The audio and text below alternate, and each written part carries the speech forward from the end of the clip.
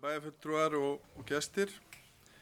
571. fundur bæjarstjórnar Reykjanesbæjar haldinn í Merkinesi í Hljómahöll 3. september 2019 er nú settur. Mættir eru bæjarfulltrúarnir Friðjón Einarsson, Guðný Birna Guðmundsdóttir, Styrmi Gauti Fjellsteð, Díana Hilmarsdóttir, Guðbrandur Einarsson, Margrét Þórarinsdóttir, Gunnar Þórarinsson, Margrét Ólöf Sanders, Baldur Guðmundsson og Anna Sigríður Jóhannesdóttir. Bæjarstjóri Kjartan Már Kjartansson og sá sem hér stendur forseti bæjarstjórnar Jóhann Friðrik Friðriksson. Nú á dagskráni liggja fyrir 8 mál. Það er fundargerðir bæjarráðs frá 22. og 29. ágúst 2019, fundargerð barnaverndarnefndar 27. ágúst 2019, fundargerð íþrótta- og tómstundaráðs frá 27. ágúst 2019, fundargerð stjórnar Reykjaneshafnar frá 29. ágúst, fundargerð fræðsluráðs frá 30. ágúst, 7. liður er kosning aðalfulltrúa íþrótta- og tómstundaráð og 7. liður áhersluatriði D-lista 2019-2020 og 8. liður sem er jafnréttisáætlun Reykjanesbæjar sem er tekið neðar til síðari umræðu hér í bæjarstjórn. Nú við hefjum fundin á fundargerðum bæjarráðs frá 22. og 29. ágúst og gef ég orðið laust fundargerði bæjarráðs. Margrét Þórarinsdóttir hefur kast í hljóð, gjörðu svo vel Margrét.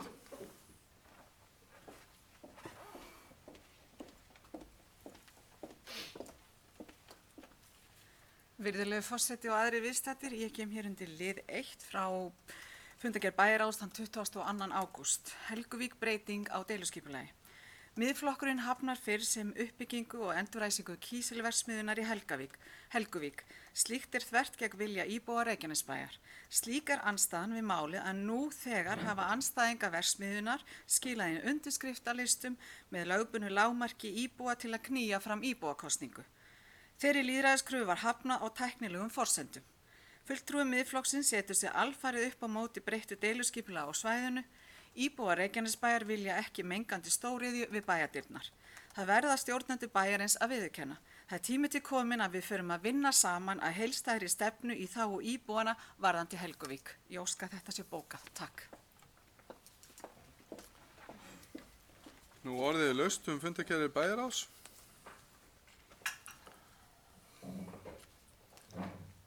Friðjón Einarsson hefur kast í hljóðs. Velkomin í pontu Friðjón.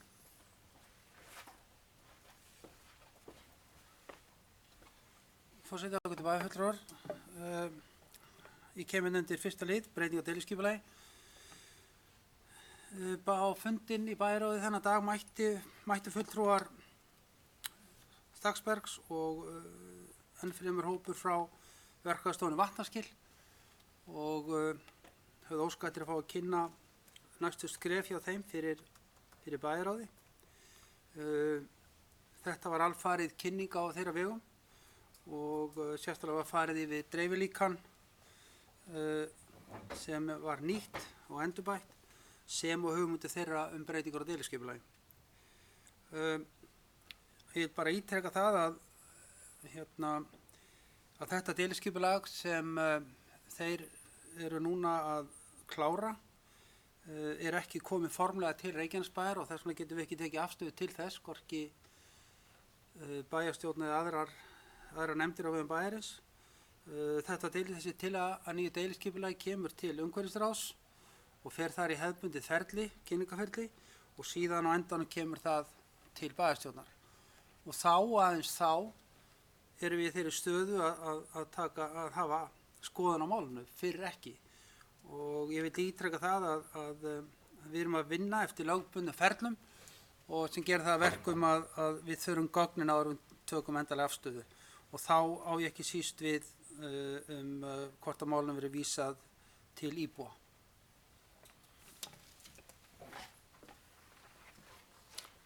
Orðið er laust.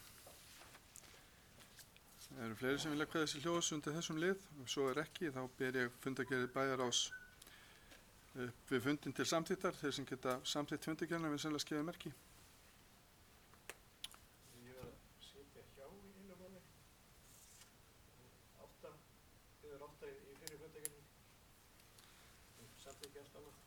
Baldur Guðmundsson situr hjá í lið 8, í hvor fundagerðin er það 22.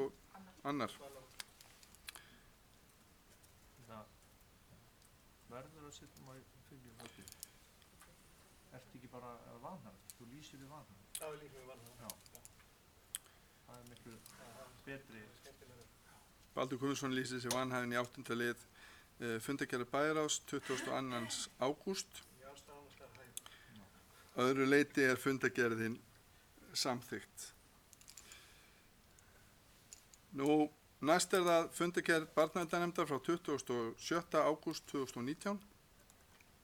Orðið er laust. Díana Hilmarsdóttir hefur hvað sér hljóðs, gjör svo vel Díana.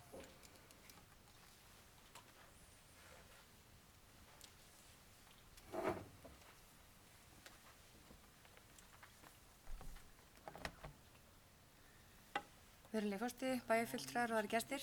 Ég kem upp undir lið 2 úr fundagerð barnaverndarnefndar frá 27. ágúst síðastliðnum. Það var undirritaður samstarfssamningur á milli velferðarsviðs Reykjanesbæjar og lögreglustjórans á Suðurnesjum vegna forvarnarverkefnisins Ábyrg saman þann 20. ágúst síðastliðinn hér í þessum sal í Hljómahöll. Með þessu verkefni er unnið út frá heimsmarkmiði 3, heilsu og vellíðan og lögð er áhersla á að efla forvarnir og beitast nefndtækri nálgun til að mæta áhættuhegðun hjá börnum. Velferðarsvið Reykjanesbæjar og lögreglustjórinn á Suðurnesjum telja mikilvægt að bregðast strax við vanda barns þegar afskipti lögreglu verða af barni sem sýnir áhættuhegðun og koma þannig í veg fyrir endurtekin afskipti. Ég er mjög ánægð með þetta verkefni og er mikil talsmanneskja fyrir beitingu nefndtækrar íhlutunar og til betra að byrgja brunninn áður en barnið dettur í hann, þannig að ég fagna virkilega þessu samstarfsverkefni.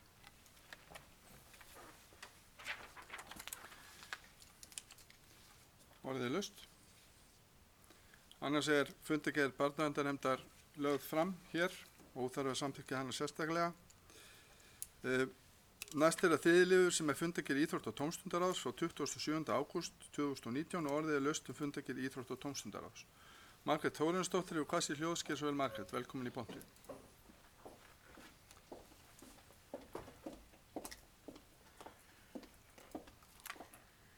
Virðulegi forseti og aðrir viðstaddir, ég kem hér undir lið 2, Íþróttasjóður Reykjanesbæjar. Íþrótta- og tómstundaráð virðist hafa misskilið tillögu bæjarfulltrúa Miðflokksins en í henni er lagt til að sérstakur afrekssjóður fyrir ungmenni sem skara fram úr í íþróttum verði stofnaður. Í svari Íþrótta- og tómstundaráðs er talað Íþróttasjóður Reykjanesbæjar en þar er allt annan sjóð að ræða. Eins og framkemur í svarinu þá hlutu 83 aðilar úthlutun úr sjónum á síðasta ári. Var landslýsfólk að ræða? Ég spyr. Sá sjóður sem Miðflokkurinn vill stofna snýr að því íþróttafólki hér í bæ sem skara fram úr og er valið til að koma fram fyrir hönd Íslands. Reykjanesbær er framúrskarandi íþróttabær og yfir því eigum við að vera stolt. Fjöldi ungmenna sem myndir hljóta styrka ári hverju er auðvitað breytilegur en tillagan fjallar að venjulegu fjölskyldufólki muni verulega þá upphæð sem hægt er að sækja þegar börn þeirra eru valin í landslýsverkefni. Þetta eiga börn að geta gert óháð stétt og stöðu foreldra og því þarf svona afrekssjóður að vera til staðar.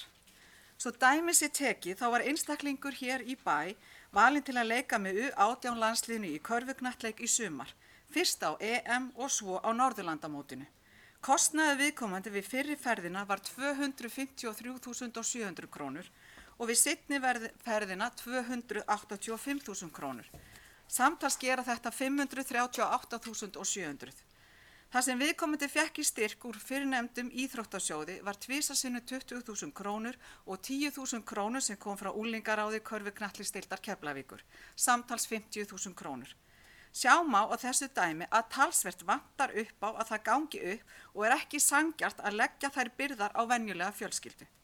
Tekið skal fram að umræddur einstaklingu var að keppa í körfuknattleik á vegum Körfuknattleikssambands Íslands, KKÍ, en sambandi greiðir 30–35% af ferðakostnaði. Samkvæmt mínum heimildum þá greiðir KKÍ næstmest allra sér sambanda en Knattspyrnusamband Íslands, KSÍ, greiðir allan kostnað og því ætti afrekssjóðurinn ekki að þurfa að koma til móts við knattspyrnufólk. Tækifæri þessa afrekksungmenna til vinnu á sumrin eru á skornum skammti, þar sem þau þurfa að stunda landslýsæfingar að kappi. Reykjanesbær býður þeim að stunda unglingavinnuna sem að mestu snýra garðvirki og geta þau fengið frí frá vinnu á launum til að stunda æfingar. Það er vel gert. Það er álag sem fylgir æfingum og keppnin er mikil og þá er ekki margir atvinnurekendur sem vilja ráða börn í vinnu og því er búin að mynda ansi stór vítahringur. Hvernig getum við best tekið á vandamálinu? Miðflokkurinn telur orðið að það sé orðið tímabært að Reykjanesbær stofni afrekssjóð sem hjálpa börnum okkar að ná árangri og koma fram fyrir hönd Íslands og vera þannig flottir fulltrúar Reykjanesbæjar. Íþróttir hafa löngum verið besta auglýsingin sem bærinn fær og verður við að aðstofa fjölskyldur sem eiga börn sem skara fram úr. Að öðru kosti þurfa mörg ungmenni að gefa landslýsverkefnin frá sér, þar sem fjölskyldan einfallega ræður ekki við kostnaðinn. Það viljum við ekki láta gerast. Ég óska að þetta verði bókað.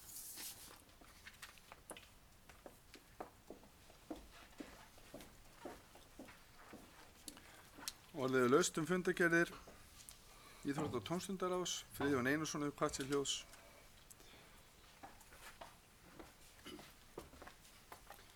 Forseti, ágætu bæjarfulltrúar, langar aðeins að fara yfir nokkuð mál hérna í fundargerð Íþrótta- og tómstundaráðs. Fyrsta lagi aðeins varðandi Íþróttasjóð Reykjanesbæjar.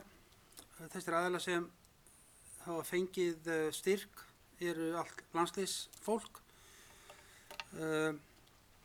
Það er nú þannig að þetta er mjög mismunandi hjá sérsamböndum. Ég veit að knattspyrnan hefur yfirleitt greitt allt fyrir þátttakendur í landsliðum knattspyrnunar alveg niður í 15 ára og sem gerir það að verkum að knattspyrnan er ekki að sækja eins í þetta, ekki landsliðsmennir eða landsliðskonurnar, en önnur sérsambönd eiga erfiðara vik. En aðeins vegna þessa þá hefur verið hugmyndir núna að hækka þessa upphæð verulega í Íþróttasjóðnum. Hér er verið að tala um 40 til 50.000 sem hver einn einstaklingur verður styrktur. Við erum náttúrulega að styrkja unglingastarfið verulega mikið. Við erum búin að hækka gríðarlega, fjórfalda hvatagreiðslur til fjölskyldna einmitt í þessum aldurshópi. Við höfum aukið 50% þjálfunarstyrki til íþróttafélagana. Þannig að má segja það að það sem hefur verið gert á síðustu árum gagnvart íþróttahreyfingunni hefur fyrst og fremst verið til yngri iðkenda sem er mjög gott og ég held aftur á móti það er kannski ekki hlutur Reykjanesbæjar að styrkja sérsambönd sérstaklega. Ég held að það sé ekki hægt en aftur á móti ef við ná samkomulega það að hækka ferðastyrkin upp í hugsanlega 40-50.000 og þá hlýtur að muna verulega það. En allur krafturinn og aukning í fjármálum til íþróttahreyfingarinnar hefur verið í þennan hóp, þennan yngri hóp. En því miður að þá eru sérsamböndin, hafa þau verið frekar róleg í því. Aftur á móti eru foreldrar auðvitað að í fjáröflun fyrir hvert sitt félag og ég veit að það er mjög virt hjá flestum deildum, en það er hugsanlega erum við að ganga dálítið langt þegar að félögin er að fara kannski út nánast á hverju ári í íþróttum með ungt fólk, þar sem ferðirnar eru að kosta 150-200.000. Þetta er auðvitað mjög íþyngjandi fyrir fjölskyldur ef einstaklingar eru að fara út nánast á hverju ári. Það kostar mikla peninga að stunda þá íþróttir. Ég held kannski að félögin þurfa aðeins að horfa þetta aldrei í eigin barm þarna að spurning hvort að það eigi að vera svona oft. Þetta eigi kannski frekar að vera happadrætti á og til. En ég tek vel undir þessu umræðu en Íþróttasjóður Reykjanesbæjar, hann er að sinna afreksfólki fyrst og fremst.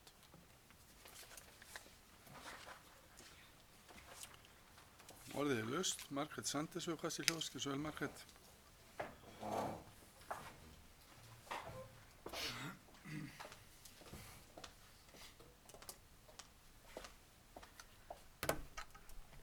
Forseti, bæjarfulltrúar, góði gestir. Ég kem hérna undir fundargerð Íþrótta- og tómstundaráðs og það eru nokkur atriði. Í fyrsta lagi þá er erindi frá knattspyrnudeild Keflavíkur og það er mjög athyglisverð einbeiðnin og þá eftir að fjalla þessar hugmyndir frá þeim og það var tekið vel í og það var einmitt, ég held að allir íþróttaráði hafi einmitt fagnað þessari framlagningu knattspyrnudeildarinnar og gott þegar að góð samvinna er á milli. En þarna er eitt sem að hefur verið okkar hjartansmál, okkar í D-listanum. Það er liður 2, það sem stendur, veita knattspyrnudeild Keflavíkur sérstaka styrk til ráðningar á fleiri þjálfurum í fullt starf svo að hægt væri að nýta Reykjaneshöllina betur fyrir klukkan 15 á daginn. Þetta á ekki bara við Reykjaneshöllina, þetta á við í rauninni öll íþróttamannvirki. Og þar kemur það sem að við höfum lagt mikla áherslu á og fleiri, að þarna væri möguleiki á að frístundaskólinn yrði svolítið nýttur þarna. Við erum með fjöldan allan af fólki sem vinnur í frístundaskólanum og kannski er hægt að samnýta þar og hef ég einmitt heyrt hjá sviðsstjóra fræðslusviðs, hann hefur rætt það við okkur, ekki bara D-listan heldur okkur öll, að það væri áhugavert að pröfa þetta sem pælótverkefni og styðjum við það eindregið og ég fagna því að knattspyrnudeild Keflavíkur og væntanlega er það sama með knattspyrnudeild Njarðvíkur, körfuknattspyrnudeild Keflavíkur og körfuknattspyrnudeild Njarðvíkur og fleiri íþróttadeildir, að þarna er hægt að hafa miklu meiri samvinnu og myndi vera mikill sparnaði fyrir okkur.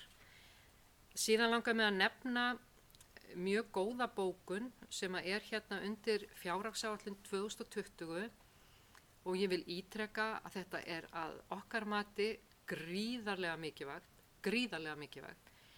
Það er málsgreinin, stefnt er að uppbyggingu íþróttamannvirkja í góðri samvinnu við íþróttafélögin. Tilvitnun lýkur. Þarna er að okkar mati algjört lykilatriði að ræða og vona að við stöndum saman með það að við verðum að vinna þetta í góðri samvinnu við íþróttafélögin.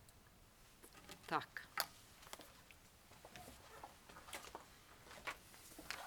Gunnar Þórarinsson hefur kvað sér hljós.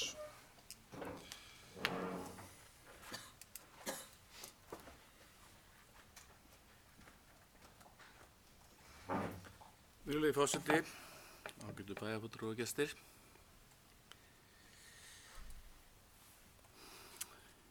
Hér er fjallað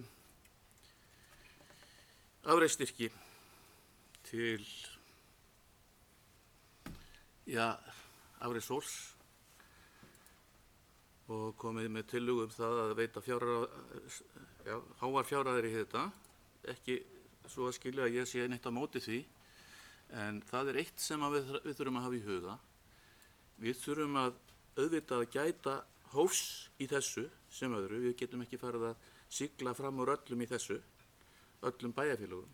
Við höfum bara sætt okkur við það. Ég var í íþróttaráði í mörg ár, fyrir einhverjum árum, 4 árum, sennilega 5, 1 kjörtímabil og var jafnframt í formaður bæjarráðs. Þar vógust auðvitað annars vegar eyðslan og hins vegar sparnaðurinn. Það þarf að gæta fjármuna eins vel og við getum fyrir þetta bæjarfélag. Ég er alls ekkert á móti því að styðja við afrekssfólk, en það verður að stilla því auðvitað í hóf í samræmi við getu bæjarfélagsins. Óhjákvæmilegt. Það er rétt sem kom hér fram að fólk sem er að senda börnin sín í einhverja útrás á vegum sambandana, íþróttasambandana, það er að safna peningum, leita eftir styrkjum frá íbúum bæjarins. Og mér finnst það í raun að vera eðlileg aðferð við þetta. Bara sjálfsagt að reyna að styðja eins og hægt er en ekki með ykkur óhófi. Við höfum verið að auka þetta gífurlega á undanförnum árin stuðning við íþróttir. Bæði hvað þetta snertir en líka hvatagreiðslur sem hafa auðvitað stutt alla þá sem að stunda íþróttir af yngri kynslóðinni. Og við höfum auðvitað að halda áfram því að reyna að styðja við það fyrst og fremst, en hitt kemur auðvitað meira með styrkjum frá almenningi. Varðandi önnur mál þarna á þessari fundargerð, þá fagna ég því auðvitað að það sé verið að undirbúa uppbyggingu íþróttamannvirkja. Það skortir ykkur verulega á að undirbúa það og gera það þannig að félögin geti sinnt því fólki sem að stundar íþróttir. Bæði í knattspyrnu og körfubolta fyrst og fremst, en auðvitað í öðrum íþróttum líka. Það er enga síður vel búið að þessu fólki og við þurfum ekki að kvarta yfir því. En betur má og duga skal.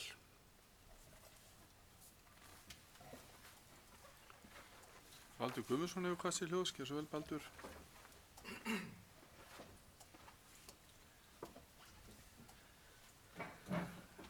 Virðulegi forseti, góðir bæjarfulltrúar, bæjarstjórar og gestir og aðrir sem heyra til mín. Aðeins að blanda mér í þessa umræðum íþróttasjóðinn.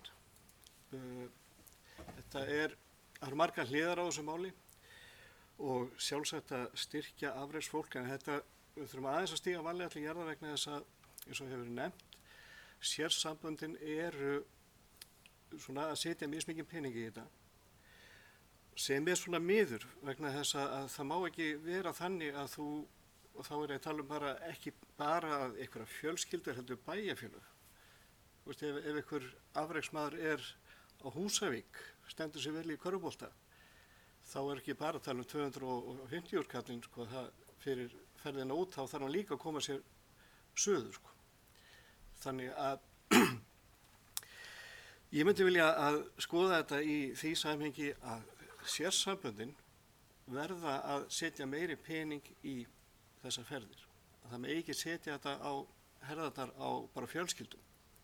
Ef að þeir eru að fara með unglingalandslið út allar koppagrundir til að taka þátt í hinum og þessum mótum, æfingamótum og hvað annað, þá verða að hafa sjóði í þetta. Þannig að við megum ekki taka þetta bara alfarið á okkur. Það er bara mín pæling í þessu máli. Takk. Já, orðið er laust og Guðbrandur Einarsson hefur hvað sér hljóðs.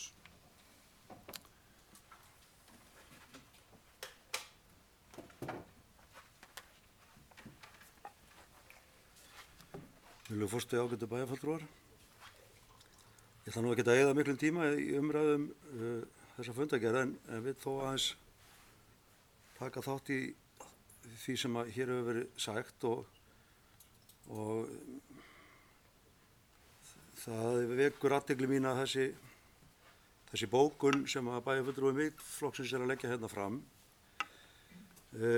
og ég hjó eftir orðunum að við verum að styrkja fjölskyldur sem eiga afreksbörn. Og þá velti ég fyrir mér, eigum við ekki líka að styrkja fjölskyldur sem eiga ekki afreksbörn? Til hvers erum við að setja börn í íþróttir? Er það til þess að eigna afreksfólk eða til þess að bæta líðan barnanna okkar? Og ég er einhvern veginn þeirrar náttúrugætur að ég myndi frekar vilja sjá fjármunum varið í hvatagreiðslur til þess að fjölga þeim sem að taka þátt í íþróttum og tómstundum heldur en að vera sérstaklega eyða í svokallað afreksfólk. Og ég bara fellst algjörlega á það sem að bæjarfulltrúi Baldur er hér að nefna að sérsamböndin auðvitað verða bara að gera sig í brók. Ef að þau eru að senda fólk á sínu vegum til útlanda, þá verða þau bara að gera svo vel að borga það. Það er ekki hægt að setja þær skyldur á einhverja aðra. Sveitarfélög hafa ekkert með það að gera. Vissulega getum við reynt að gera svo við getum, en við höfum ekkert að leggja aðal áherslu á það að það sé afreksfólk út um allt. Við viljum bara hafa hérna fína íbúa.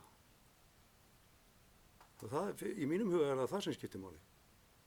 Ég vil að við aukum þá forvarnarstarf og hjálpum börnum til þess að taka þátt. Það eru mörg börn af velreyndu bergi sem er ekkert að taka þátt í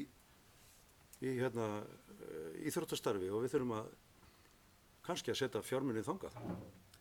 Nú varðandi lið númer 1, það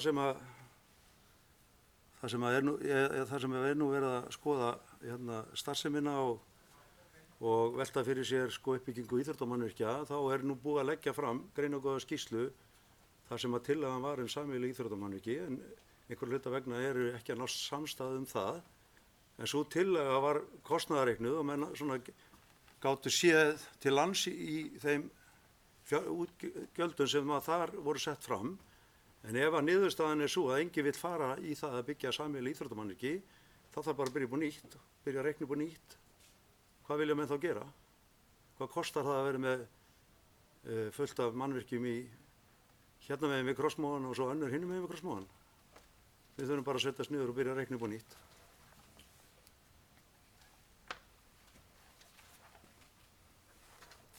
Orðið er laust fundargerð íþrótta- og tómstundaráðs.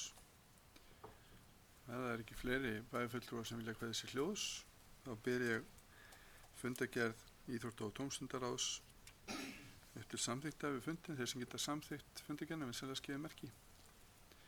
Fundargerðin er samþykkt 11.0. Næsta dagskrá er fundargerð stjórnar Reykjaneshafnar frá 29. ágúst og orðið er laust fundargerðina. Friðjón Einarsson hefur kvað sér hljóðs, gjör svo vel Friðjón. Forseti, bæjarfulltrúar, mér langar nú bara að koma hérna upp og undir 4. lið og fagna því að togarinn Fræi Orlik er komin á leiðarenda. Hann er komin á þurrt og vinna að hefjast við að rífa skipið. Ég vil bara hrósa þeim sem hafa staðið að þessu máli. Það er til fyrirmyndar hvernig starfsmenn Reykjanesbæjar og hafnarinnar hafa staðið sér í þessu máli og ég held að sé aldrei kraftaverk að þetta ágæta skip komst heil á höldnu á þurrt. Og nú bara óskar maður eftir því að menn vinni hratt og örugglega í því að taka hann í sundur og þannig hann verði farinn og horfinn okkur eins fljótt eins og hægt er. En hrós til þeirra sem stóða þessu. Orðið er laust. Baldur Guðmundsson hefur kvað sér hljóðs, gjör svo vel Baldur.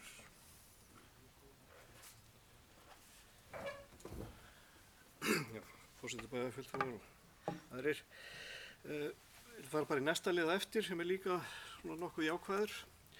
Það er Reykjanes UNESCO Global Geopark. Það sé verið að hugsa aðeins út fyrir bóksið og benda á það að við erum hluti af þessum jarðvangi sem er svona er gott fyrir fyrirtæki að geta notað þannig merkingar. Við erum hluti af svæði þar sem við erum að hugsa umhverfismál og þetta er svona liður í því að koma okkur út úr þessari leiðinda Helguvíkur umræðum eins og það sé ekkert annað hægt að gera þarna en að opna kísilver. Þannig að ég fagna þessu alveg innilega.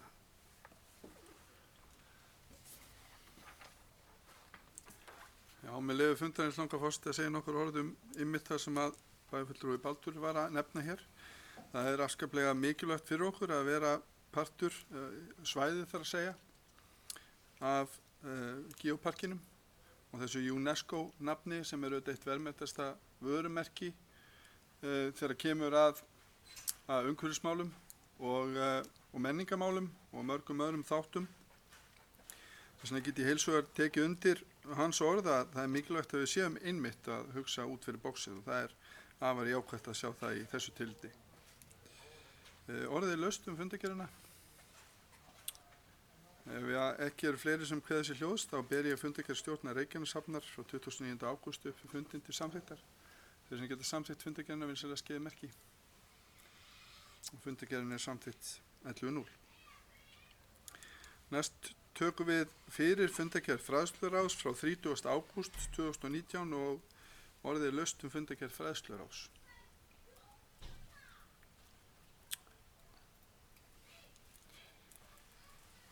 Ef að það eru engir bæjarfulltrúar sem kveði sér hljóðs varðandi fundargerð fræðsluráðs, ber ég fundargerðina upp við fundin til samþykktar. Þeir sem geta samþykkt fundargerðina vinsamlega skeiði merki. Hún er samþykkt 11.0. Næst er það 7. liður á dagskránni sem er kosning aðalfulltrúa íþrótta- og tómstundaráð og Brynjar Freyr Garðarsson hefur gefið það út að hann mun stíga til hliðar sem aðalmaður í íþrótta- og tómstundaráði og munum við því kjósa nýjan fulltrúa í því ráði og óska ég eftir tilnefningum í það ráð.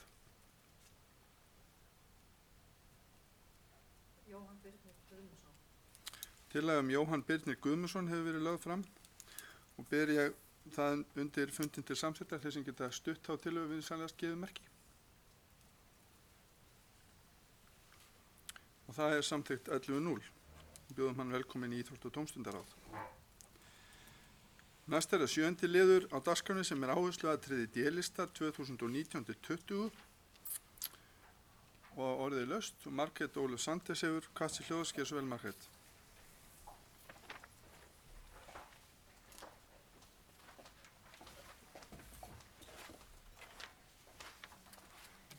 Forseti, bæjarstjórn, góði gestir, eins og þið munið þá í upphafi kjörtímabilsins þá lagði D-listinn fram áherslupunkta og nú er komið að málum sem að við viljum leggja áherslu eða málaflokkum sem við viljum leggja áherslu á fyrir veturinn 2019 til 2020. Og ég ætla að lesa upp og óska eftir að þetta verði bókað að D-listinn leggur áherslu á eftirfarandi málaflokka fyrir veturinn 2019 til 2020. Fjármál, stjórnun og atvinnu uppbygging. Í fyrsta lagi, forgangsmál er að halda sveitarfélaginu undir lögbundnu skuldaviðmiði. Í öðru lagi, aukið svigrúm í fjármálum skal varið í að minnka álögur á íbúa Reykjanesbæjar. Huga skal að innviða uppbyggingu en alls ekki auka bákn sveitarfélagsins. Í þriðja lagi, lækka skal fasteignaskatta strax til að vega upp á móti hækkun fasteignamats á síðustu 4 árum og þá miklu hækkun sem taka á gildi þann 1. janúar 2020. Og í fjórða lagi, forgangsverkefni er að skapa aðstæður fyrir fjölbreytt og öflugt atvinnulíf sem er forsenda velferðar og lífsgæða.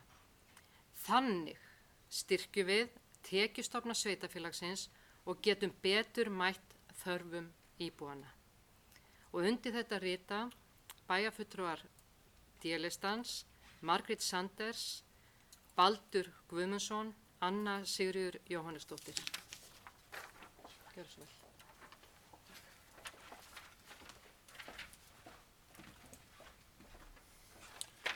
Nú orðið er laust áhersluatriði D-lista. Er einhverjir bæjarfulltrúar sem vilja kveða sér hljóðs? Friðjón Einarsson hefur gefið merki, gjörðu svo vel Friðjón. Forseti, bæjarfulltrúar. Gaman að fá þessar áherslur D-listans, ekki það að ég ætla að vera hérna lengi og ræða þau, en það væri mjög ánægjulegt að í stað þessara orða sem hér eru sögð að menn komi þá með beinharða tillögur í fjárhagsáætlun, hvað menn vilja gera og að því að nú erum við akkurat í þessum vettvangi erum við að ræða fjármál og D-listinn, sjálfstæðisflokkurinn, satt hjá við afgreiðslu í bæjarráði þegar við vorum að ákveða fjárhagsrammana í heildina og sem kemur aðeins óvart af því að nú eru menn að tala um fjármál og þess vegna væri mjög ánægilegt þegar við erum að fara núna að ræða og leggja til og fara yfir í smáatriðum hvað ætlum við að eyða í á næsta ári að það verður þá í stað orða verður þá tillögur hvar eigum við að minnka álögur á íbúa Reykjanesbæjar í fyrsta lagi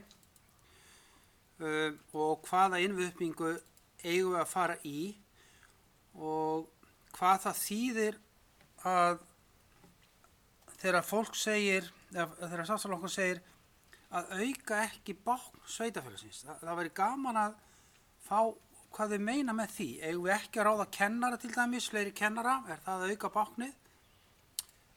Eigum við að ráða þjálfara, er það að auka báknið? Eigum við ekki bara að fá þjálfara til að hlaupa hraðar? Af því að þessi orðanótkun bákn var notuð nýlega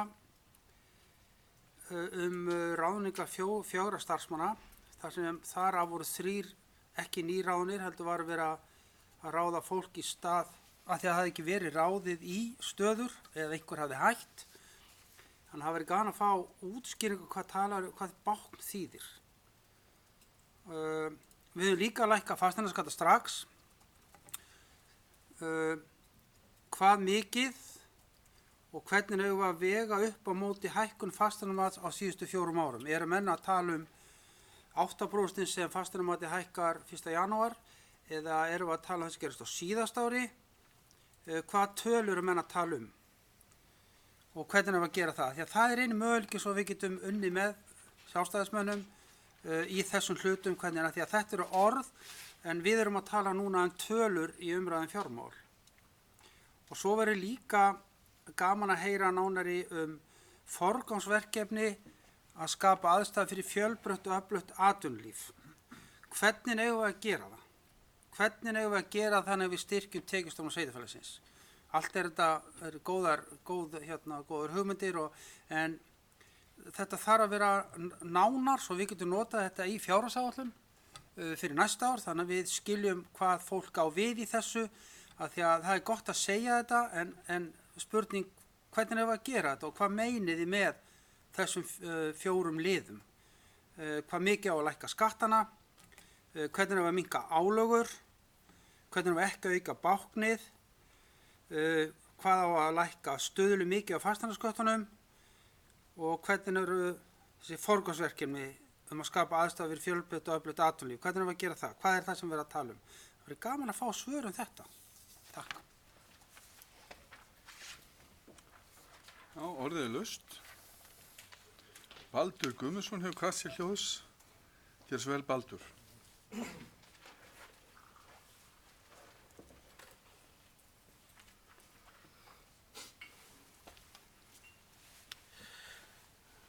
Forseti, bæjarfulltrúar og gestir. Við erum að leggja fram svona megin áherslur, stefnt skal að, til dæmis eins og bara málefnasamningur þessa meira hluta sem situr, sem er líka almennt orðaður og er ekki endilega með útfærðum aðgerðum. Þetta munum við leggja okkur á mörkum í þessari vinnu, til dæmis í fjárhagsáætlunni sem við verðum að leggja fram, sem er unnin á öllum sviðum. Það eru öll ráðin að vinna að þessu og þar eigum við til þess fulltrúa. Þar erum við að koma með tillögur, ábendingar, ráð. Við erum að leggja okkar á mörkum. Við getum farið yfir allar þessar fundagerðir ef Friðjón vill endilega að við séum að tína allt til sem okkur hefur langað að gera og okkur mun langað að gera og erum svona að hugsa í augnablikinu.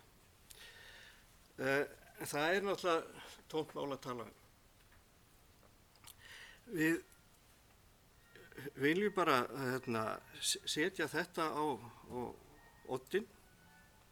Við viljum í þessum fjármálum halda okkur, nú fæ ég dramatískan undirleik með þessum orðum, að halda okkur við þetta lögbundna skuldaviðmið. Það er bara mjög skýrt hvernig sem við gerum það. Þetta er markmið. Við viljum leggja fram alls konar hluti sem að styrkja þetta. Það er að skapast aukið svigrúm í fjármálum. Það er bara þannig. Þið get ekki neita því að ástandi er að batna og við viljum þá einbeita okkur að því að þetta fari í uppbyggingu fyrir þjónustu íbúana og draga úr þessum álögum og svo bara kemur strax og eftir hvernig munum við minnka álögur íbúana, lækka fasteignaskattana. Hvað vil ég lækka fasteignaskattana mikið? Það kemur kannski ekki fram nákvæmlega þarna en við höfum talað um þetta á mjög mörgum bæjarráðsfundum, mjög mörgum bæjarstjórnarfundum að við viljum koma til móts við þessa hækkun á fasteignamati. Því að fólk er pirrað yfir þessu. Það er ekki bara við þrjú sem að skrifum hérna undir sem að tala á þessu nótum. Við höfum bara fengið heila deild frá ASÍ til að fjalla þetta sem er að benda á það að álögur og fasteignir eru mestar í Reykjanesbæ. Þannig að við viljum draga úr þessu þannig að við getum verið svo til jafns við önnur sveitarfélög, svona samkeppnishæf.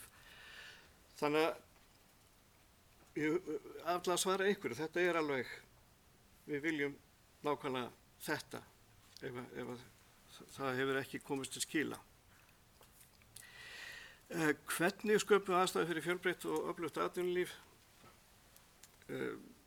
Þetta er sömuleiðis eitthvað sem að við viljum halda á lofti. Og því miður þá hefur öll atvinnuumræða og öll uppbygging atvinnulífs hérna gerst bara hérna upp í flugstöð og í ferðamálunum, eitthvað sem að við kannski höfum ekkert verið að stjórna eitt eða neitt. Og það eina sem hefur verið til umræðu hérna í atvinnumálum er hvað við viljum ekki. Okkur langar að fara að tala um það hvað við viljum. Hvernig viljum við hafa atvinnuuppbygginguna hérna? Það er alls konar hugmyndir. Það er til dæmis voru nýverið að fá niðurstöðu rannsókn meðal ferðamanna. Hvernig líkaði við Reykjanesbæ? How do you like Iceland?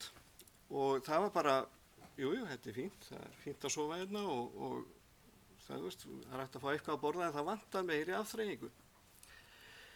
Það er til dæmis eitt. Það er einhver atvinnuuppbygging sem við ættum að nýta okkur. Við erum að fá hérna fullt af fólki. Þannig að tölum við ferðaþjónustu. Tölum við hvaða möguleikar eru þar. Tölum við þá möguleikar sem eru í þessum samgöngum mannverkjum sem eru hérna á svæðinu. Það eru með alþjóðaflugvöllin á Íslandi og við erum með hafnir sem eru vel til þess fallar að taka á móti vörum, umskipunarhöfn eða hvað eina. En því miður þá fer umræðan alltaf í, en við viljum ekki kísilver. Það er alveg komið á hreint. Það er ekki vilji fyrir því að fá kísilver. Tölum þá um það hvað við viljum fá. Þetta er alveg nýtt að Friðjón vilji hlusta á það sem við höfum sett fram. Hann hefur hingað til alveg þverneitað þessu öllu saman. Og varðandi til dæmis stjórnskipulagsbreytingarnar, þá vorum við fullt af hugmyndum, lögum fram í detail, mörg atriði, ekki tekið mörg að því. Þannig að ég skil ekkert í að hann hefur skyndilega áhuga á því að fá þetta allt í detail núna.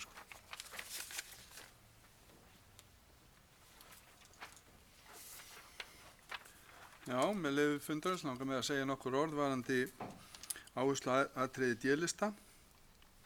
Ég get tekið undir orð bæjarfulltrúa Friðjóns Einarssonar að það er bara gaman að sjá það að D-listin skuli leggja fram áherslur. Ég bara get tekið undir ýmislegt þar og það er kannski bara í takt við það sem við höfum verið að gera og gerðum meðal annars í fyrra, að reyna að komast að sameiginlegri niðurstöðu, hvernig er best að haga fjármálum bæjarins og ná sem mestri sátt um það.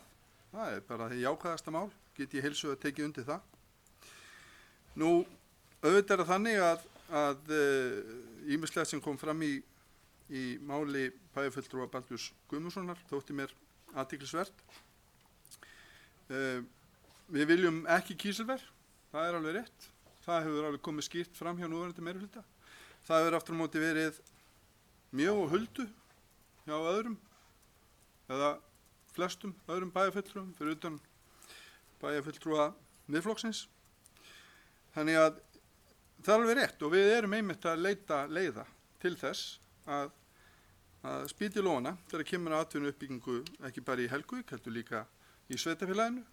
Má þá auðvitað helst nefna nýja nefndir sem meirihlutin hefur lagt fram og samþykkt og er að hefja störf núna á haustmánuðum. Ég vænti mikils að þeim, sérstaklega þegar kemur að þessu, til þess að nefna eitthvað dæmi. Nú, það er alveg rétt, ástandið er að batna og það er auðvitað fyrst og fremst að þakka styrkistjórn undanfarin ár. Og hvernig eigum við að verja þeim ábata? Að mínu áliti eigum við að verja þeim ábata með mikilli ábyrgð. Við höfum alls ekki að fara fram úr okkur í fjárfestingum. Við höfum að sjálfsögðu að halda skuldaviðmið, en ekki síst að velta fyrir okkur hvernig við getum haldið áfram að greiða niður skuldir sveitarfélagsins. Meðal annars. Nú, ég ætla ekki að hafa fleiri orð þetta, en orðið er laust áherslaatriði D-lista. Guðbrandur Einarsson hefur hvað sér hljóðs, gjörðu svo vel Guðbrandur.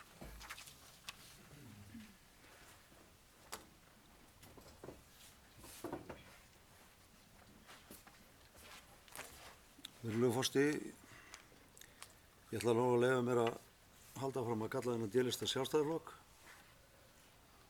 sem hann er bara, en ég ætla að lýsa ánægju minni með þessa framkomnu stefnuyfirlýsingu sem hér er verið að setja fram af hálfu bæjarfulltrúa Sjálfstæðisflokksins. Ég held að við séum bara öll sammála það sem þarna stendur. Þetta eru auðvitað hlutir sem við viljum öll sjá raungerast.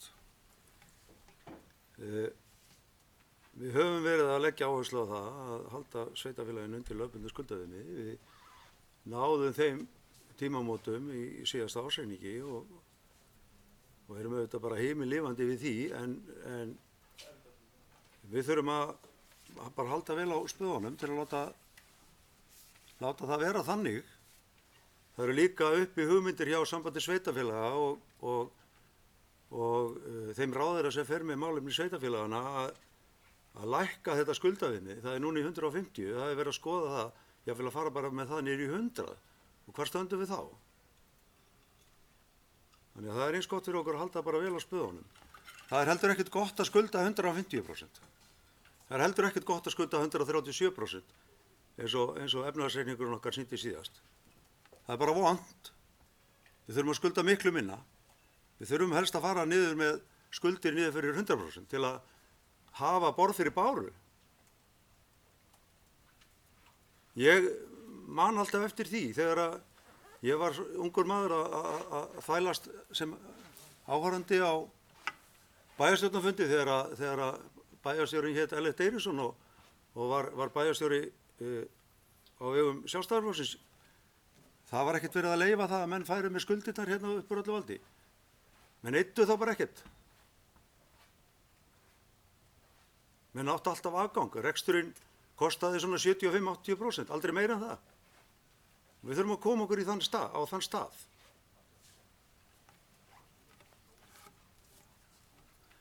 Nú, ég til ég að lækka fasteignaskatta. Enda lagði ég það til inn í bæjarráði að við myndum ekki taka þá hækkun sem að framundan er á næsta ári og við samþykktum það öll. Og við erum búin að vera að lækka fasteignaskatta.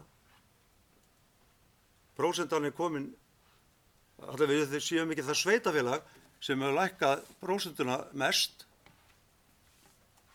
En auðvitað er vont fyrir fólk sem hefur lítið á milli handana að þurfa að borga skatta. Við vitum það alveg.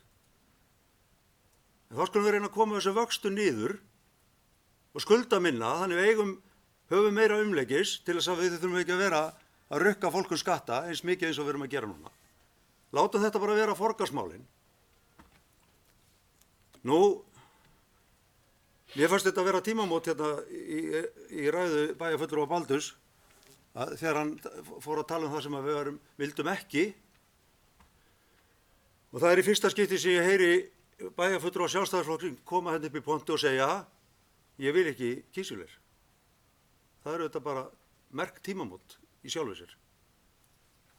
Og ég er á þeirri blaðsíðu og ætla að styðja hann í því að vilja ekki kísilver í Helguvík.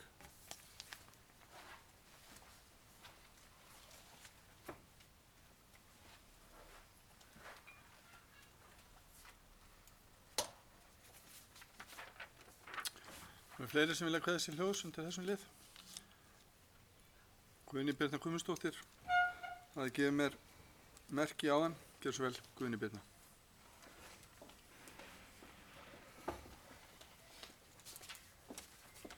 forseti, ágætu bæjarfulltrúar og bæjarstjórar, gestir. Bara enn aftur, ég minnst á þetta áður þegar ég kom hérna og við höfum verið að ræða fasteignaskatta að meirihluti bæjarstjórnar hefur enga ánægju af því að skattpína íbúa Reykjanesbæjar, en þó að okkur sé fara að ganga betur og við eigum meiri tekjur, við erum með fleiri íbúa, að þá erum við einhvað síður ennþá undir eftirlitsnefnd með fjármálum sveitarfélaga og samkvæmt þeim samningi á Reykjanesbæjar að skila 800 milljónum í fasteignagjöld á þessu ári. Og þegar það er komið getum við endurskoðað það eða við getum lækkað prósentuna sem er væntanlega á næsta ári. Þannig að þetta það er sá raunveruleiki sem við erum undir núna og því miður ennþá, en við verðum bara að hlíta því. Gunnar Þórunnsson hefur hvað sér hljóðs, gjör svo vel Gunnar.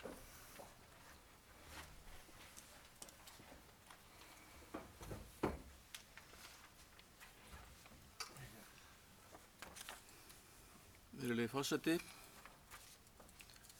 ágætu bæjarfulltrúar og gestir og bæjarstjóri. Hér er verið að fjalla fjármál bæjarins fyrst og fremst. Og það sem hefur gerst á undanförnum árum er auðvitað það að skuldir hafa stórlækkað og þar með skuldaviðmiðið komist í viðanandi horf. En við þurfum að hugsa framhaldið. Hvert á það að vera? Ég er sammála því að við þurfum að lækka skuldir. Enn frekar. Það þýðir að við getum veitt íbúunum enn meiri lækkun á ýmsum gjöldum sem þeir þurfa að leggja fram til þess að styðja við bakið á rekstri bæjarins. Og það er óhjákvæmilegt að við gerum það fyrr en seinna. Alveg óhjákvæmilegt. Einfaldlega vegna þess að við erum í samkeppni við önnur sveitarfélög. Við keppumst að fá fólk sem hefur góðar tekjur og getur skaffað þess vegna meira hlutfallslega tiltölulega í bæjarsjóð heldur en við séum bara að sækjast eftir fleira fólki. Fyrst og fremst þurfum við að efla atvinnulífið fyrir einmitt þetta fólk sem gæti hugsað sér að koma hingað og vinna störf sem að væri vel launuð. Ég er í sjálfu sér ekkert á móti einhverjum iðjuverum í Helguvík, þó ég sé á móti því að þau mengi verulega. Ef það er innan skynsamlegra marka, því að allir eru að menga eitthvað, við erum öll að menga eitthvað, svo sem með þessum bílum sem við eigum og svo framvegis. Þannig að menn megi ekki nú vera kristnari en páfinn í þessu. Það er bara þannig. Við erum auðvitað í þeirri stöðu að við erum allt og háa skatta yfirleitt. Útsvarið er með því hæsta sem þekkist á landinu, ég held að séu 2 sveitarfélög sem eru með hærri útsvar heldur en við. Það sama á við fasteignaskattana og ég tala nú ekki lóðaleiguna sem eru öllu hói hjá flestum, þó að allir séu ekki seldir undir það. En þetta er auðvitað bara eitthvað sem við þurfum að glíma við, halda áfram að berjast fyrir því að draga saman eyðsluna eins og við getum. Og það getum við svo sannarlega. Við gátum það á síðasta kjörtímabili og við getum alveg gert það áfram. Og það er svona ykkur að segja að þá finnst mér alveg ófært að við séum að bæta við eins og báknið hérna segir. Við erum að bæta við báknið. Einfalt. Við skulum ekki fara í grafgötu með það. Við þurfum að gera eitthvað til þess að draga saman seglin frekar heldur en að auka í. Og það á að vera í raun og veru forgangsverkefni. Fyrir utan það að reyna síðan að minnka gjöldin og íbúa.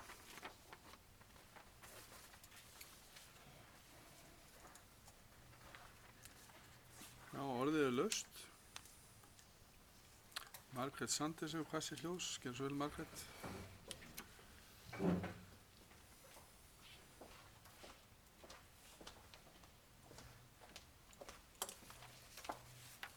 Forseti, bæjarfulltrúar, góði gestir. Bákn sveitafélagsins var fyrst sem var spurt um. Ég held að við ættum ekki að vera að telja það allt upp núna. Við kannski gerum það og við getum verið hérna í allt kvöld þar sem að okkur greinir á báknið eða ekki báknið. En ég ætla að nefna eitt dæmi. Bara eitt dæmi að því ég nefndi síðast þessar 9 stöður. Nú ætla ég bara að nefna 9 nefndirnar sem að þið eru að setja á stofn. Varðandi lækkun fasteigna skatta. Við höfum ekki lækkað fasteigna skatta. Og að segja það að engar tillögur hafa komið frá okkur,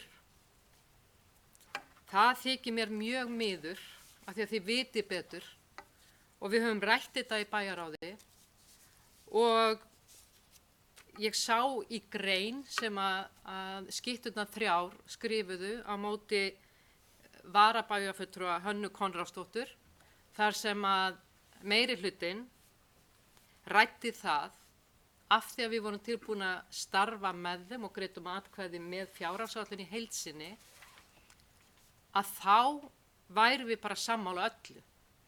Þið eru í rauninni að gera okkur lífsins ómögulegt að starfa með ykkur vegna þess að við erum að leggja blessun á allt sem þið gerið en við vogum okkur að vinna með ykkur eða samþykkja fjárhagsáætlun. Þráttir að vera búin að ræða þetta fasteignaskattana, núna liggur frammi umræða fjárhagsáætlun og ákveðin ramma.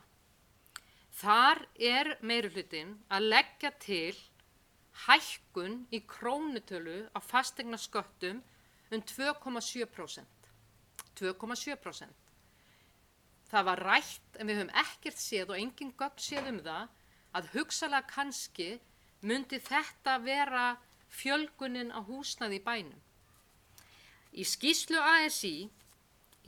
ASÍ ræða fasteignaskatta og taka dæmi og ég tók bara fyrsta dæmi sem herra Google sýndi mér.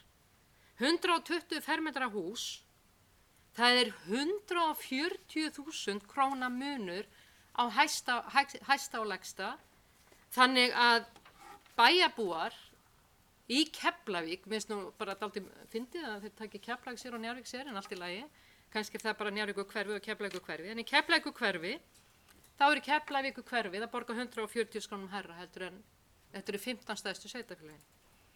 Þannig að fasteignaskattar, þarna myndi ég vilja sjá þá lækka og ég myndi vilja sjá okkur saman skoða hvernig getum við lækkað álögur á íbúana og þá lækka hreinlega fasteignaskatta, ekki prósentuna, lækka skattana saman.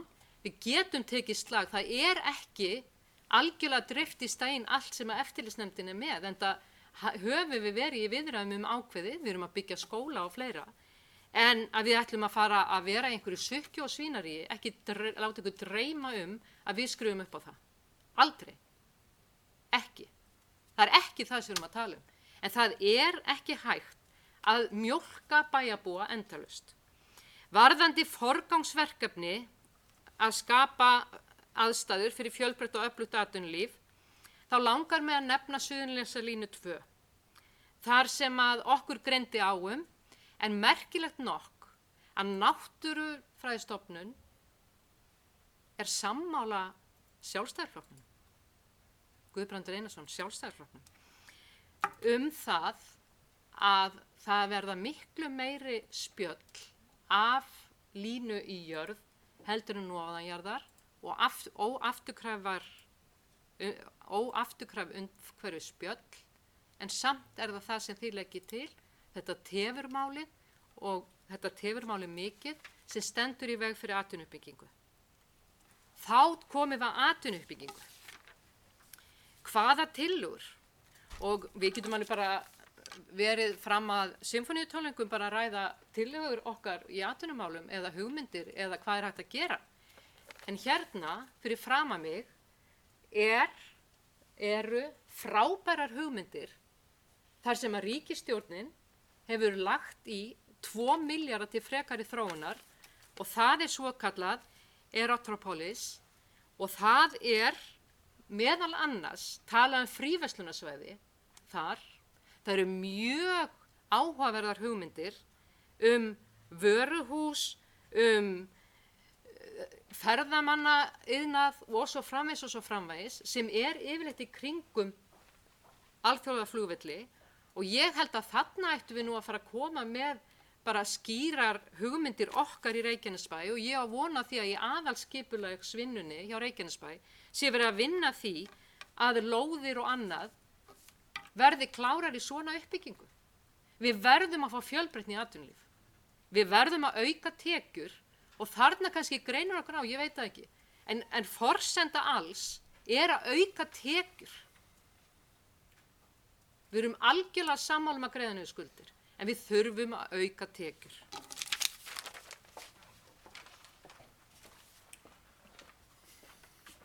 Já, við leyfum fundarins langar með að segja nokkur orð við þetta tilefni. Bæjarfulltrúi Sjálfstæðisflokksins kom inn á ýmislegt í hennar orðum, talaði skytturnar 3. Við þóttum nú svolítið vænt það. Við vill að því tilefni geta þess að það er nú önnur sögufræg persóna Rói Höttur sem kemur nú iðulega fyrir og hún kemur mér í hug þegar bæjarfulltrúi Margrét Sanders kom hérna upp. Það er svona ýmislegt sem bendir til þess að Sjálfstæðisflokkurinn sé komin hér fram sem einhvers konar Rói Höttur með einhvers konar lausnir. Í þessu sambandi er ýmislegt sem ég get sérstaklega og vil taka undir. Margt er mjög jákvætt í þessum málflutningi. En eitt skulum við samt hafa alveg á kristaltæru. Við þurfum líka að vanda okkur þegar kemur að þessum þáttum. Það sem að mér kemur í hug þegar Margrét fer að tala öll þessi tækifæri, þá dettur mér í hug stálpípuverksmiðja, álver, kísilver, annar kísilver og svo með lengi telja. Við skulum að minnsta kosti vera sammála það að það sem við gerum skulum við gera vandlega og að vel hugsuðu athuguðu máli vegna þess að okkar ákvarðanir virkilega skipta máli. Friðjón Einarsson hefur hvað sér ljóðs, gerð svo vel Friðjón.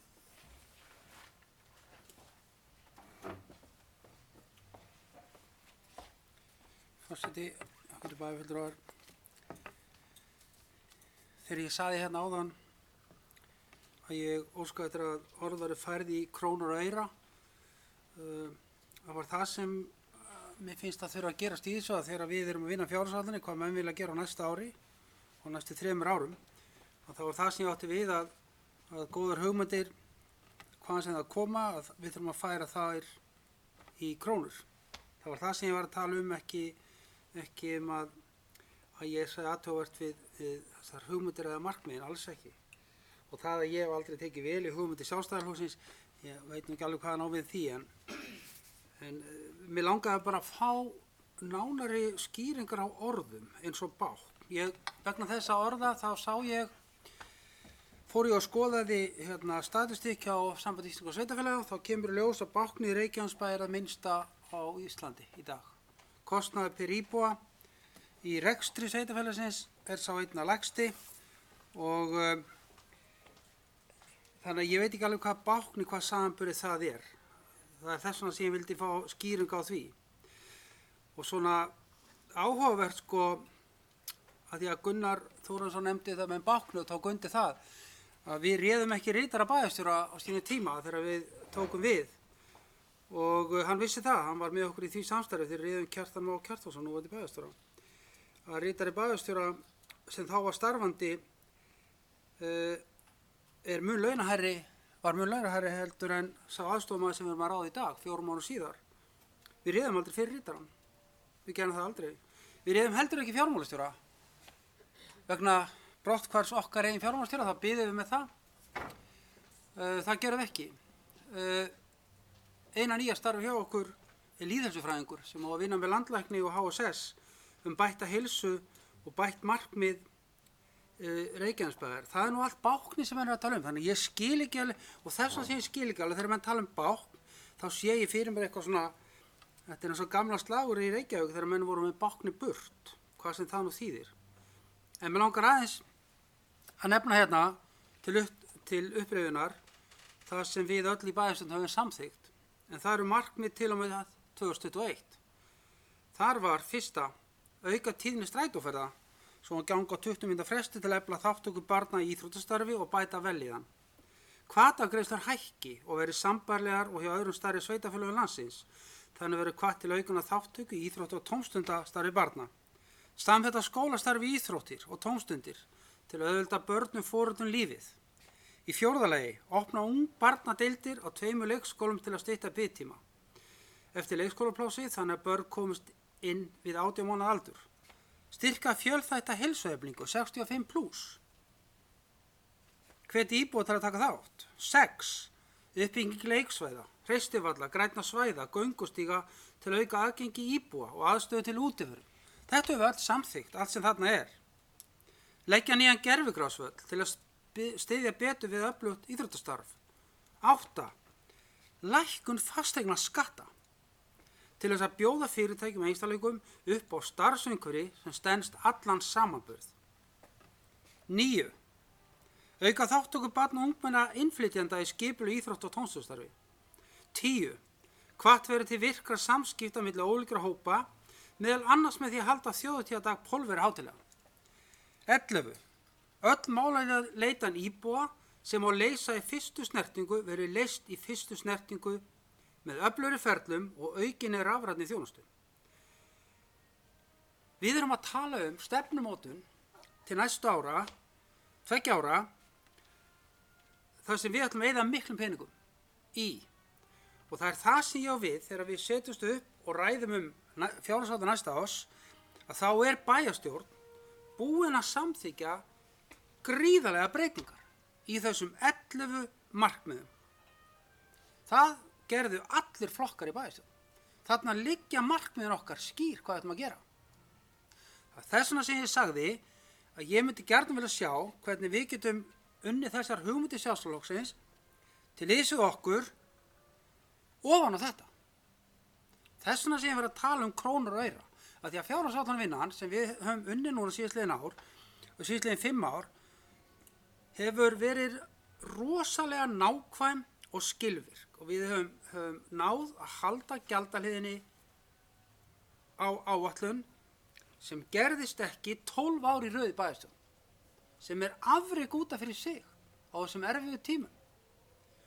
Og við viljum halda því áfram, halda gjaldahliðinni á, tekja hjartanlega Árna Gunnars í því sambandi. Við þurfum að gera það. Þannig að þegar við núna erum að fara á kaf í þessa fjármála umræðu í bæjarstjórn, þá var ég bara óskætti því að þessar hugmyndir sem hérna voru lagðar fram, að þær verið unnar áfram þannig að það standi krónur og aurar í því. Og gjaldskrá sveitarfélagsins. Hvað þýðir innviða uppbyggingin? Erum við að tala götur, ætlum að fjárfesta í götum, eða að því að við ætlum að byggja, við erum að tala að fara í endurbyggja sundlaugina, við erum að tala grasvöll, þá er ekkert eftir. Þannig að það er þetta sem ég á við. Og ég tekur svo opnum örfum. En þegar við sitjum núna í vinnunni og fyrsta sem þið gerðu var að samþykkja ekki rammana, ég veit ekki okkur það var, en þá vonandi á næsta skrefi þegar við fáum hugmyndir sviðstjórna inn í bæjarráð til þess að ræða saman nánar, að þá komið þið með þetta sem þið viljið gera og þá skera niður kostnað á móti. Af því að til þess að við getum gert þetta, þá þarf að skera niður kostnað ykkur annar staðar. Það er það sem ég er að kalla eftir. Hvernig gerum við það? Og enn á ný, þá ræðum við fasteignaskatta eða álagningarlenguna, krónur og aura í því, og þegar að oddviti Sjálfstæðisflokksins veit það að við erum mjög bundin þeirra áætlun sem er í gildi gagnvart eftirlitsnefndinni, og meðan að svo er, þá erum við mjög föst í reipinu.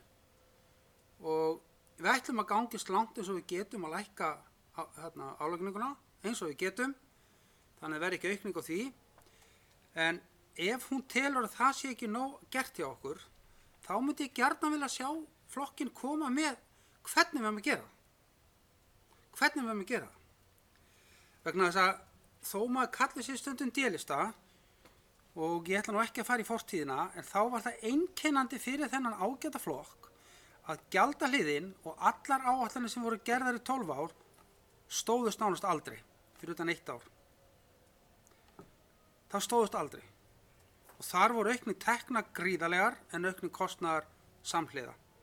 Þess vegna erum við að reyna að breyta þessu vinnufyrirkomulagi, að gera gjaldahliðina og þessi áætlun okkar í fjármálum eins nákvæma eins og hægt er. Eins nákvæma eins og hægt er og allt sé upp á borðum. Og þetta er ekki meint einhvern að vera leiðilegur eitthvað. Ég fagna þessu að menn vilji koma til liðs við okkur í þessu, en við þurfum bara að setja þetta í krónur og aura. Takk fyrir. Bæjarfulltrúi Baldur hefur hvað sér hljóðskið, svo vel Baldur.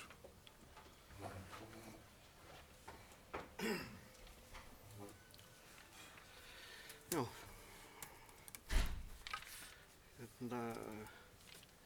Já, allt ávarpið, forseti, bæjarfulltrúar, gestur og symfóníuhljómsveit. Ég baði meiri dramatík núna þegar ég kom upp. Það var bara ein klarinetta sem fylgdi mér áðan.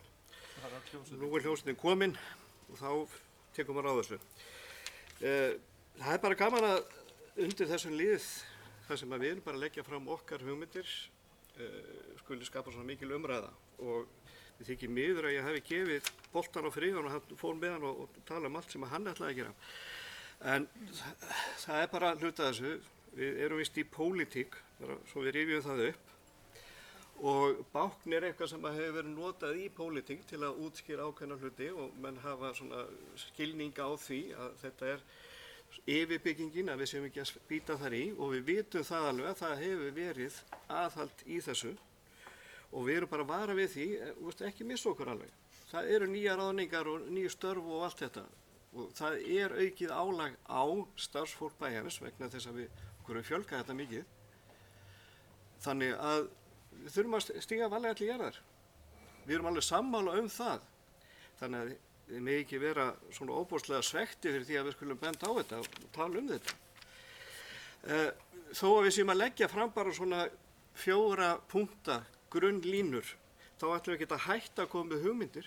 Við erum ekkert hætt núna, þetta er bara annar fundur hérna á nýjum vetri. Við ætlum að koma áfram með hugmyndir og við munum útfæra þær. Við munum alveg taka þátt í þessu, vera með ykkur í þessu. En þegar maður fær svona glósur eins og hún, Margrét Sanders, benti á áðan, að það verið að hengja okkur fyrir það að hafa samþykkt og þess vegna erum við sammála ykkur í öllu. Þetta náttúrulega ekki svoleiðis. Ekki frekar en það að þó að fyrirverandi minnihluti hafa alltaf mótmælt fjárhags áætlun eða áreikningum eða hvaðina, að þeim hafa fundist allt slæmt sem að Sjálfstæðisflokkurinn gerði. Það er örugglega hægt að finna eitthvað. Það er allavega 2-3 sem er alveg á því að eitthvað hafi gott verið gerst fyrir tíð. Friðjón vildi ekki fara í fortíðina en var samt að minnast á það að við höfum ekki getað náð endum saman í 12 ár fyrir utan 1. Það er alveg hægt að fara aftur í það að við höfðum ekki alveg jafn mikla tekjur og eru að streyma inn í dag og það voru hlutir sem að fyrir utan skuldastöðuna, það voru hlutir sem að svona féllu þyngra á okkur. Tökum bara sem dæmi velferðarþjónustan okkar. Hún jókst alveg verulega á þessum árum eftir að herinn fór og eftir að við fengum allt bankahrun í andlitið. Álag á bæði starfsfólkið okkar og á reikningan okkar var mikið, bara út af þessu. Bubbi fagnaði því að ég hef sagt, ég vil ekki álver, það er ekki alveg rétt. Ég var ekki, ekki Kísilega, fyrirgefðu, Ég vil ekki kísilver. Ég var að tala um hvernig við tölum sem sveitafélag. Við erum að segja, við viljum ekki álver. Og þessi bæjarstjórn, ég heyri þetta bara í fréttum. Það er bara sagt, bæjarstjórn Reykjanesbæjar vill ekki álver. Þetta eru skilaboðin sem sendum út, sem að við viljum kannski alveg svona snúa við og tala um hvað viljum við. Þurfum að tala um það, hvað við viljum. Og þetta grín alltaf með stálpípurnar. Það er þetta orðið þreytt maður. Það var engin annar en Sjálfstæðisflokkurinn sem að samþykkti stálpípur, álver, kísilver, allt misheppnuð verkefni. Ég skal alveg taka undir allan tíman. En að vera að berja mann alltaf með þessum stálrörum er náttúrulega bara orðið svona kjánalegt. Talandi um að vera föst í reipinu. Það er að komast ekki út úr þessari umræðu. Við erum hérna 2019 að tala um hvernig viljum hafa bæjarfélagið okkar. Og við erum með ákveðnar hugmyndir og þessar hvort sem að við erum í því að kalla ykkur skiptur og því að kalla okkur einhverja hvítþvegna engla, þetta er bara ekki alveg sæmandi, finnst mér Þegar að menn tala um hvítþvegna engla, það er þegar menn hafa gert eitthvað sögótt, eru sakamenn og þykist ekki hafa gert neitt. Þegar umræðan er komin á það stig, þá svona fæ ég pínu kjánasótt, ég verð að viðurkenna það. Ég myndi vilja að við færum okkur upp úr þessu. Við erum að leggja bara fram okkar hugmyndir í grófum dráttum, mjög grófum dráttum, ég skal alveg taka undir það og það þarf kannski að einhverja orðabók til að rýna í hugtakanótkununa okkar, en við erum bara að tala um það, þetta er það sem við viljum leggja áherslu á og við viljum endilega vera með ykkur og við höldum áfram að koma með hugmyndir og benda á slæmar hugmyndir og bara fylgja öllu eftir sem færir bæjarfélaginu okkar svona betri tíð. Takk fyrir. Eru fleiri sem vilja taka til máls undir þessum lið? Nú ef svo er ekki þá þakkar forseti bæjarstjórnar fyrir umræðina varandi 7. lið. Við munum síðan vinda okkur í 8. lið sem er jafnréttisáætlun Reykjanesbæjar síðari umræða. Og orðið er laust jafnréttisáætlun Reykjanesbæjar og Guðný Birna Guðmundsdóttir hefur hvatt sér hljóðs. Gjörðu svo vel, Guðný.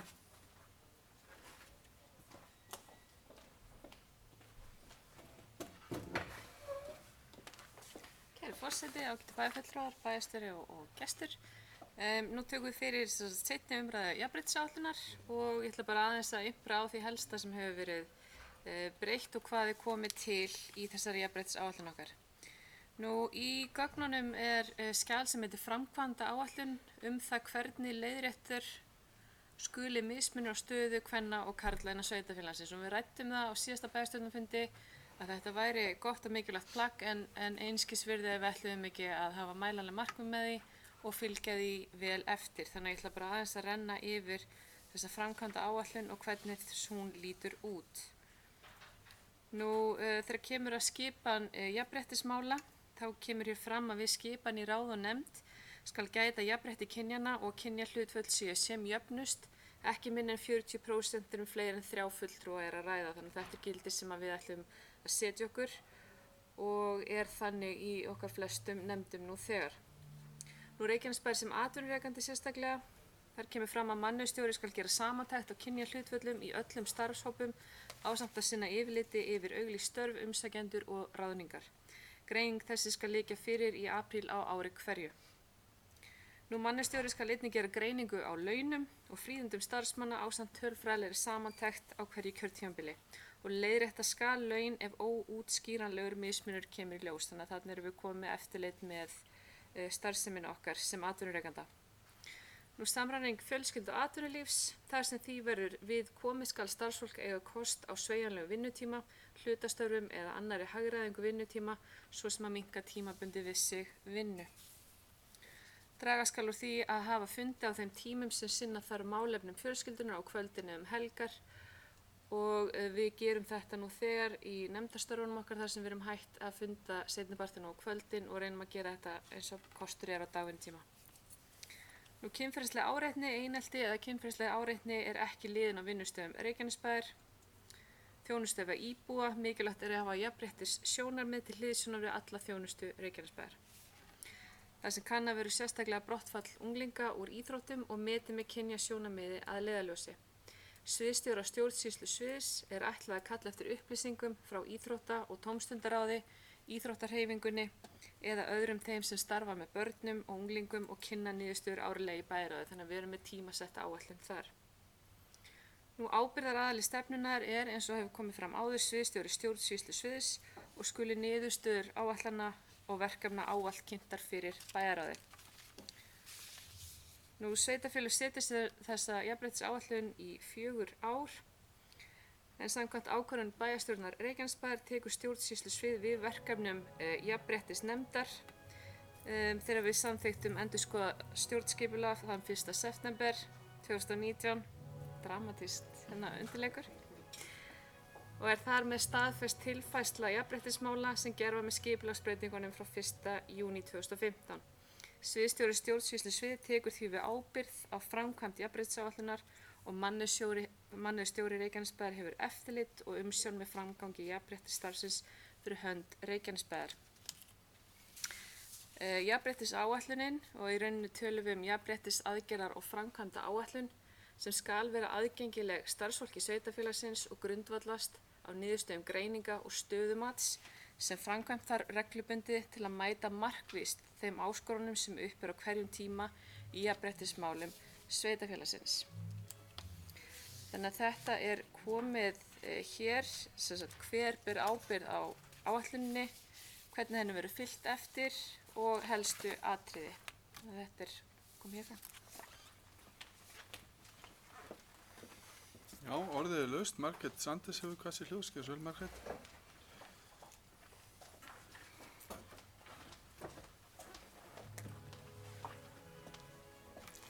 Forseti, bæjarfulltrúar, góðu gestir. Það er mjög skemmtilegt að standa í pontu. Ég hef aldrei haldið ræðu með undirlauk, en ég skal samt reyna að halda kúlinu. Varðandi jafnréttisstefnuna eða jafnréttisáætlun eða hvað þið kallið hana, ég hefði ákveðið algjörlega samþykkja hana. Þetta gengur alveg, þetta uppfyllir alveg lög jafnréttisáætlun sveitarfélaga, en ég veit að það þarf að bæta og laga fyrir jafnlaunavottunina og það er það bara allt í lagi, þá gerum við það bara. En það er kannski eitt sem við verðum að laga og það er ekki hægt að við sem að samþykkja stefnu þar sem að ábyrgðin á að vera á sviðsstjóra stjórnsýslusviðs sem er ekki lengur til. Það er engin sviðsstjóri stjórnsýslusviðs lengur, þannig að við þurfum þá að ákveða að þá forstöðumaður stjórnsýslusviðs, ég held við sem ekki einu sinni komið kannski, en það er bara stjórnsýslusviði þá, eða ég veit ekki hvernig ég vilja orða það, en það er allavega þá undir þeim málaflokki stjórnsýslu einhvað, ég veit ekki hvað við kallum það, og forstöðumaður stjórnsýslu, eitthvað svoleiðis, og það er allavega þarf að breyta því, þannig að með fyrirvara það að við breytum því þegar rétt heiti komin á þann yfirmann að þá samþykki þetta. Það er eitt sem að verður sett út á hjá jafnréttisstofu, bara þannig að það sé sett, því að það er búið að vera að gera það hjá þessum fyrirtækjum og stofnunum sem ég unni með, að það voru lög samþykkt í júní kynrænt sjálfræði, þannig að menn eru að gera athugasemd að þessi talað konur og kalla.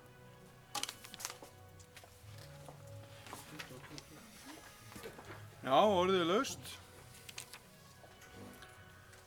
Og forseti, þar sem ekki fleiri hafa hvatt sér hljóðs, leggur til að jafnréttisáætlun Reykjanesbæjar verði samþykkt með þessum fyrirvara. Ég held að ég leyfi mér að bera það upp til fundin til samþykktar. Þeir sem geta samþykkt þetta með þessum fyrirvara sem að Margrét bæjarfulltrúi myndist á, gefur mér merki. Og þá er jafnréttisáætlun Reykjanesbæjar samþykkt 11-0. Nú, undir þessum dramatísku tónum langar mig að minnast á það að 20 ára afmæli ljósanætur. Það er morgun. Hamingju með það. Bjóðum alla gesti velkomna á ljósanótt. og geri ég nú hlé á fundi til þess að fara yfir fundargerð.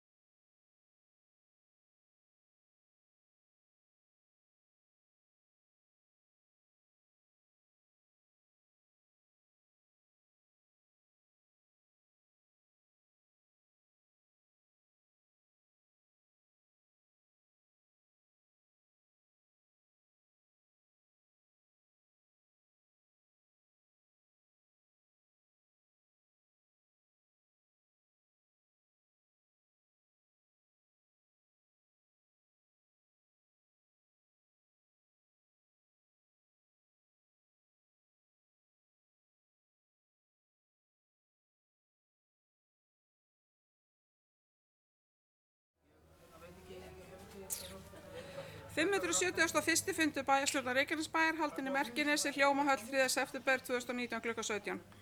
Viðstaddir eru Anna Sigríður Jóhannesdóttir, Baldur Þór Guðmundsson, Díana Hilmarsdóttir, Friðjón Einarsson, Guðbrandur Einarsson, Guðný Birna Guðmundsdóttir, Gunnar Þórarinsson, Jóhann Friðrik Friðriksson, Margrét Ólöfa Sandes, Margrét Þórarinsdóttir, Styrmi Gauti Fjellsteð, Kjartan Kjartansson bæjarstjóri. Í forseti var Jóhann Friðrik Friðriksson.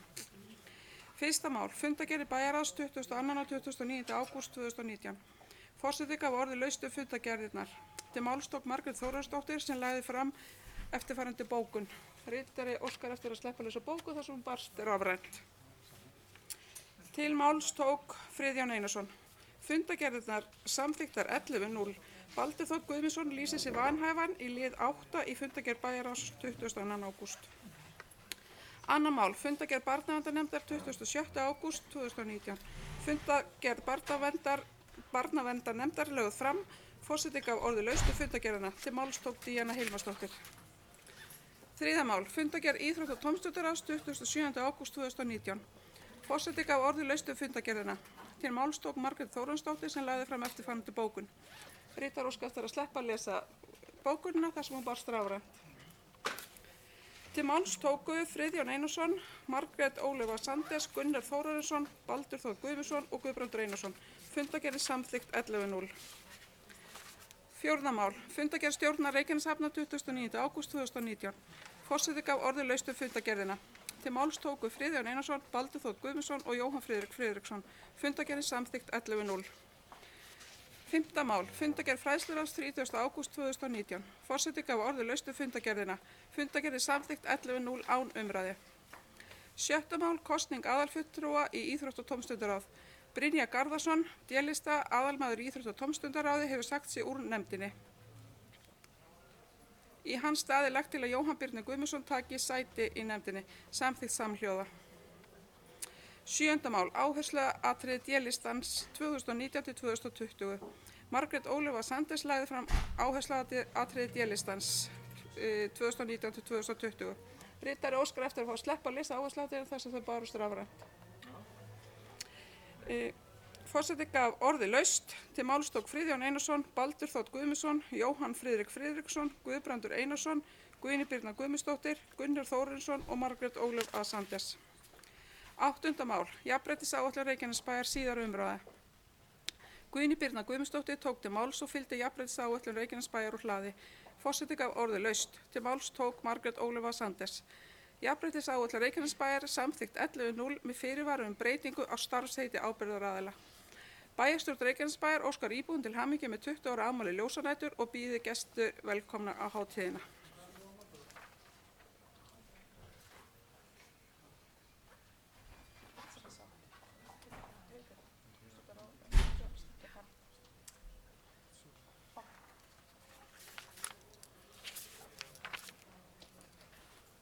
Ágætu bæjarfulltrúar, þá liggur fundargerð 571. fundar bæjarstjórnar Reykjanesbæjar fyrir. Þeir sem geta samþykkt fundargerðina vil senda skefið merki. Og fundargerðin er samþykkt 11.0. Þá lýkur þessum fundi slitið.